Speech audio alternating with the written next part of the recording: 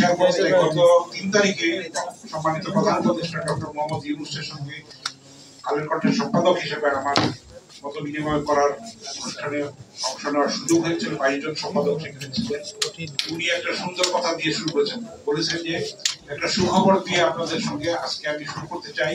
যেদিন ইউএইতে যে আমাদের 57 জনকে কারাদণ্ড দেওয়া হয়েছিল তারা যেদিন মুক্তি পেল, সেই কথাটা উনি বলেছেন ডিটেলস। আপনারা শুধু জানেন যে তাদেরকে মুক্ত করা হয়েছে, কিন্তু এটা নেপথ্যের গল্পটা উনি বলেছেন। আমি দায়িত্ব নেওয়ার পরে আমি যোগাযোগ করলাম ওদের সঙ্গে যে তোমাদের আমিরকে ধরো, আমি কথা বলবো।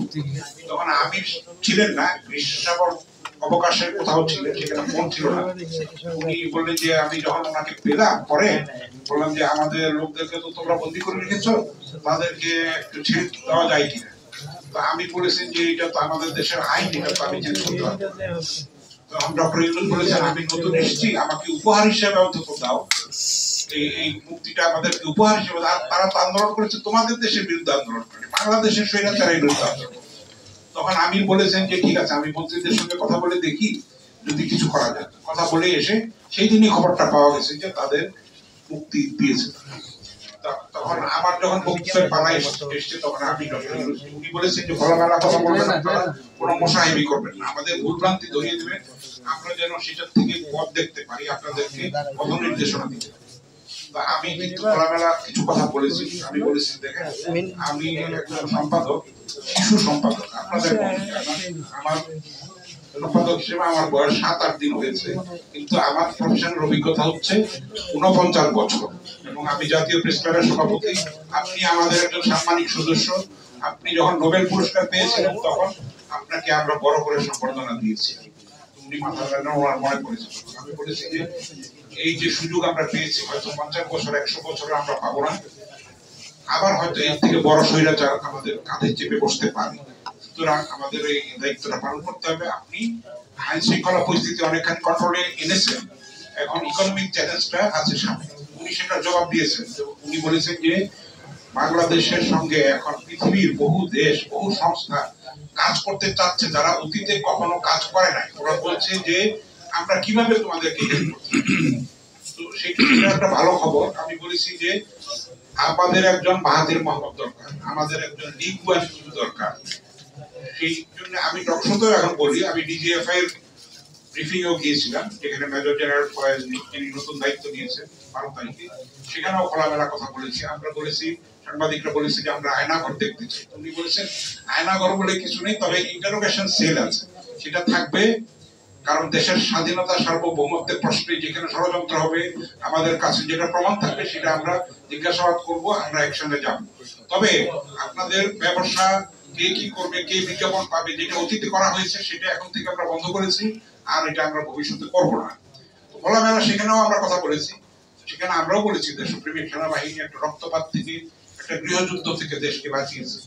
তো এখন আমরা যেন বেইমানি না করে, যাদের রক্তের বিনিময়ে আমরা স্বৈরাচারকে হটাতে পেরেছি, একটা জগদ্দল, একটা পাশবিক দানবিক একটা শক্তির কাছ থেকে যে আমরা দেশকে মুক্ত করে দিয়েছি, সর্বপ্লাবী যে বিপ্লব, সেই বিপ্লবের ফসল যেন আমরা সবাই ঘরে তুলতে পারি। সংস্কার একটা চলমান প্রক্রিয়া, সংস্কার চলতেই থাকবে এবং একটা অন্তর্বর্তী সরকারের দায়িত্ব হচ্ছে একটা ক্ষেত্র তৈরি করে দেওয়া।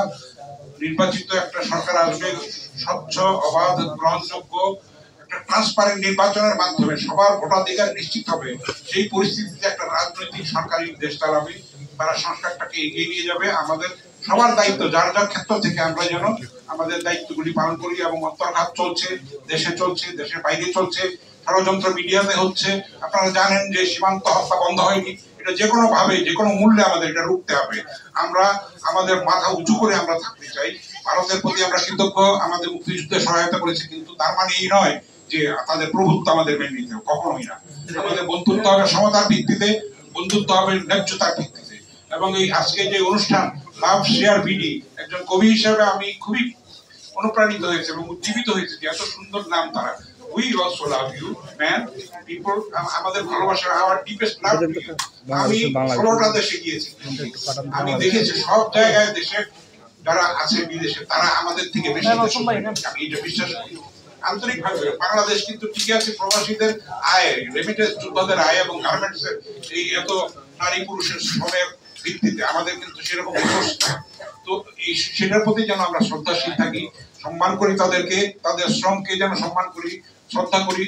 এবং মুশফিকুল ফজল আনসারী হে বিজয়ী বীর আমাদের জাতীয় প্রেস ক্লাবের তরফ থেকে আমাদের অভিবাদন গ্রহণ করুন। এবং আমাদের লড়াই আরো সামনে আছে, এখনো কিন্তু স্বৈরাচার মরে যায়নি, তাদের প্রেতাত্মারা আছে এখনো। প্রতি বিপ্লবের প্রতি মুহূর্তে আমরা সেটা দেখতে পাচ্ছি, পাহাড়ে রক্ত ঝরছে, আরো হয়তো ঝরবে। সামনে দুর্গাপূজা আছে, কালকে অমিত শাহ যে ভাষায় বক্তব্য দিয়েছে সেটাও কোনোভাবে গ্রহণযোগ্য না, আমরা সেটা প্রতিবাদ করি। আমরা বাংলাদেশ, আমাদের মাথা উঁচু করে আমরা থাকবো, আমাদের স্বাধীনতা নিয়ে থাকবো, আমাদের সার্বভৌমত্ব নিয়ে থাকবো। আমাদের 4 কোটি তরুণ আছে, সেটাই আমাদের ভরসা। রাজনৈতিক শক্তি যদি আবার দানব হয়ে ওঠে, এই ছাত্ররা সেগুলি পাহারা দেবে। তাদের মূল কাজ পড়াশোনা করা। আজকে ঢাকা বিশ্ববিদ্যালয় খুলেছে, আমি একজন ঢাকা বিশ্ববিদ্যালয়ের প্রাক্তন ছাত্র হিসেবে গর্বিত বোধ করি। এবং সেখানেও কিন্তু কলঙ্কিত করার চেষ্টা হচ্ছে, যে সেটা যেন ব্যর্থ হয় এবং নানান ধরনের ঘটনা ঘটানো হচ্ছে।